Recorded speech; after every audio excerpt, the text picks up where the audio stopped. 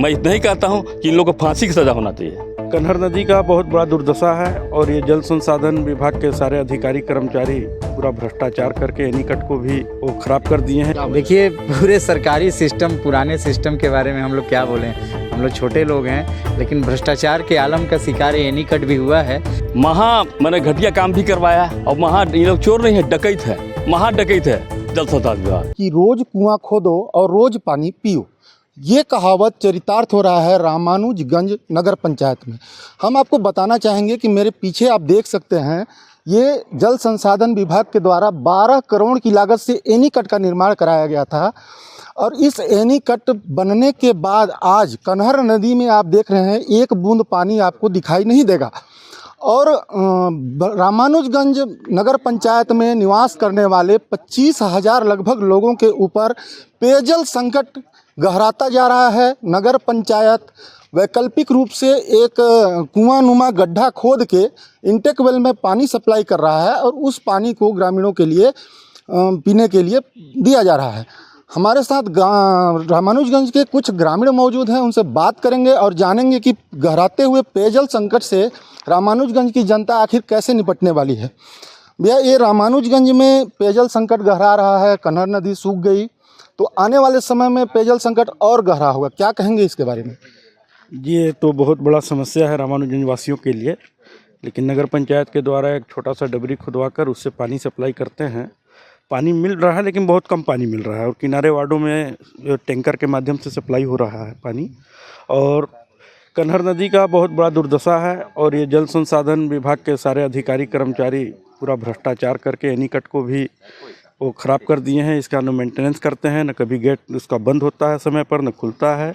उसके चलते शहरवासी बहुत परेशान हैं और इसमें अब देखना है कि आगे चलकर नगर पंचायत परिवार क्या व्यवस्था करता है, छत्तीसगढ़ शासन इसके लिए क्या करती है।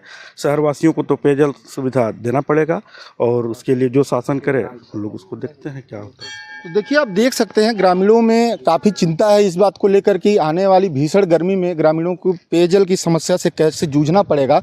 हमारे साथ कुछ और ग्रामीण हैं, उनसे बात करेंगे। भैया, ये रामानुजगंज में पेयजल संकट गहरा रहा है जी, क्या कहेंगे इसके संबंध में? देखिए, प्रकृति की जो है उसका मार रामानुजगंज के कन्हर नदी को भी झेलना पड़ रहा है। जो है वर्षा ऋतु में जो जल संचय होना चाहिए ये ऊपर में कम हो रहा है। इस वजह से कन्हर नदी में जल स्रोतों के लगातार ऊपर रोक दिए जाने से पानी यहाँ नियमित रूप से नहीं आ रही है और अभी वर्तमान में अप्रैल महीने में ही कन्हर नदी पूरी तरह से सूख गई।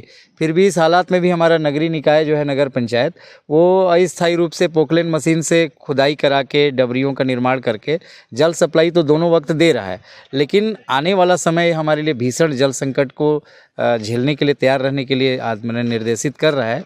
क्या है, एनीकट हो चाहे बोहला बांध हो, इन दोनों जगह पे अगर जल की भरपूर प्रचुर मात्रा में उपलब्धता रहेगी तो जितने घरों में यहाँ शहरों में जो ट्यूबवेल लगे हुए हैं उनका जल स्तर बढ़ा रहेगा, पानी मिलेगा। लेकिन इसके सूख जाने से लोगों का ट्यूबवेल का भी जल स्तर नीचे चला जा रहा है।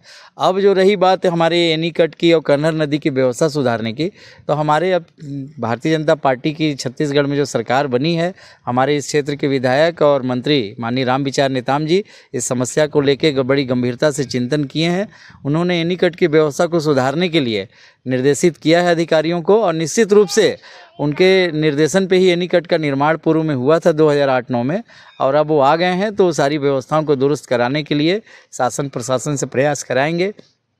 बाकी प्रकृति का मार है कि अगर वर्षा ऋतु में वर्षा कम होगी तो जल संकट का समाधान जो है हमें प्राकृतिक स्रोतों को बचाए रखकर ही किया जाना चाहिए। सुनने में ऐसा आया है कि पिछली सरकार में जल संसाधन विभाग इस एनीकट के मरम्मत के लिए लाखों रुपए खर्च कर चुका है, फिर भी हालात ऐसे बने हुए हैं, क्या मानते हैं इसका, क्या वजह है? देखिए, पूरे सरकारी सिस्टम, पुराने सिस्टम के बारे में हम लोग क्या बोलें, हम लोग छोटे लोग हैं, लेकिन भ्रष्टाचार के आलम का शिकार एनीकट भी हुआ है। एनीकट का निर्माण एक्चुअल में जब हुआ था उसमें 5 करोड़ 80-90 लाख लगभग 6 करोड़ के अंदर की राशि से निर्माण हुआ था। अब बीच में स्थानीय शासक प्रशासक लोग जाने कि इसकी रिपेयरिंग में कितने करोड़ खर्च किए हैं, वो तो वर्तमान सरकार से पूर्व का मामला है। अब इसमें भ्रष्टाचारी नहीं किया जाएगा। रामानुजगंज वासियों की सुविधा के लिए एनीकट का निर्माण हुआ है। शहर वासियों को यहाँ पे 8 फीट के पानी का स्टोरेज पूर्व के जो हमारी जो कल्पना थी उसके हिसाब से दिलाया जाएगा। शहर को जल संकट से मुक्ति मिलेगी। यहाँ पर गर्मी के दिनों में लोगों के जल क्रीड़ा के लिए और स्विमिंग के लिए पानी यहाँ उपलब्ध रहेगी, इसकी व्यवस्था की जाएगी। तत्काल अभी सरकारी व्यवस्थाएं हुई हैं, चुनाव का दौर चल रहा है, लेकिन शीघ्र ही किया जाएगा और इस गर्मी में ही इसमें बहुत सारे काम होते हुए आपको दिखेंगे। तो नई सरकार आने के बाद जनप्रतिनिधियों का आश्वासन भी मिल रहा है कि जल्द ही इसमें सुधार किया जाएगा। हमारे साथ कुछ और लोग हैं, उनसे बात करेंगे। ये कन्हर नदी सूख रही है, 25,000 की आबादी है लगभग रामानुजगंज में। पेयजल संकट गहराएगा आने वाले समय में, कैसे निपटेंगे उससे? जी, जैसे कि हमारे अभी वर्तमान की सरकार भारतीय जनता पार्टी की सरकार है, रामविचार नेताम जी हमारे मंत्री जी हैं, वो अभी धीरे धीरे क्या कहते हैं, यहाँ पे जो आप देख सकते हैं कि अभी वहाँ पे डबरी खुदा रहा है।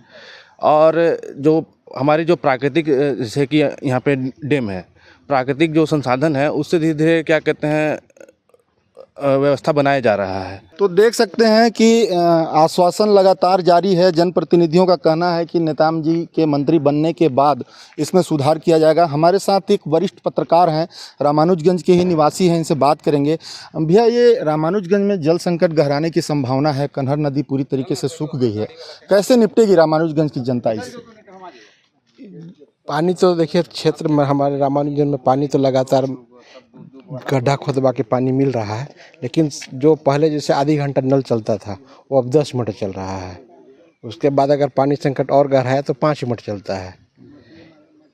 पानी का तो समस्या है ही, इसके साथ साथ देखिए पशु पक्षी के लिए, हमारे गौ माता के लिए बहुत संकट गहरा गया है। अभी देखिए गौ माता आई थी बगैर पानी पिए चल दिए। लोगों का कहना है कि ये जो एनीकट का निर्माण कराया गया है इसमें जम के भ्रष्टाचार हुआ, जिसका खामियाजा जनता को भुगतना पड़ रहा है और कन्हर नदी सूखती जा रही है। क्या कहेंगे इसमें? बिल्कुल सत्य है, भ्रष्टाचार के भेंट चढ़ गई है। ये सिर्फ सफ़ेद हाथी बन के रह गया है। इसका मैंने नगर में लोगों को इसका कोई फ़ायदा नहीं नज़र आ रहा है। आज हम लोग छठ पूजा करते हैं, हम खुद छठ पर्व करते हैं, लेकिन इस नदी में नहाकर मैंने इतना मैंने गिल्टी महसूस करते हैं। इतना गंदा पानी मिलता है, समझिए कि मन नहीं करता है। लेकिन सूर्य भगवान का आराधना का पर्व है, मनाते हैं, लेकिन इतना गंदा पानी हम आज तक भविष्य में नहीं देखेंगे। यहाँ का जल संसाधन विभाग जो था, मैंने घटिया काम भी करवाया।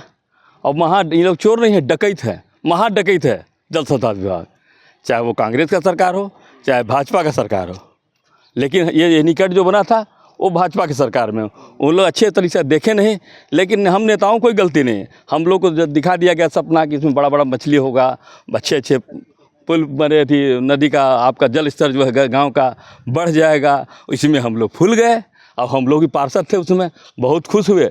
लेकिन यहाँ के जल संसाधन विभाग का जो हम आज रामानुजगंज की जनता के साथ हम हैं, इस गाँव के साथ में हैं। हम इसमें भाजपा और कांग्रेस नहीं कहेंगे कि भाजपा का दोष है कि कांग्रेस का दोष है, लेकिन ऐसे अधिकारियों को फांसी देना चाहिए जो हमारे पानी के लिए त्राही कर रहे हैं। हम लोग रामानुजगंज में आज नल नहीं आता है, गाली देते हैं, नगरपालिका वाला नहीं दे रहा है। नगरपालिका वाला घर से देगा, वो घर से पानी देगा। जब हमारा सिंचाई विभाग नहीं दिया तो घर से देगा। मैं इतना ही कहता हूँ कि इन लोगों को फांसी की सज़ा होना चाहिए। ग्रामीणों की माने तो जल संसाधन विभाग ने जो ये एनीकट का निर्माण कराया उसमें जमकर भ्रष्टाचार किया गया, जिसका खामियाजा आज जनता भुगत रही है और पेयजल की संकट गहराने की पूरी संभावना है। देवेश दुबे, IBC 24, रामानुजगंज।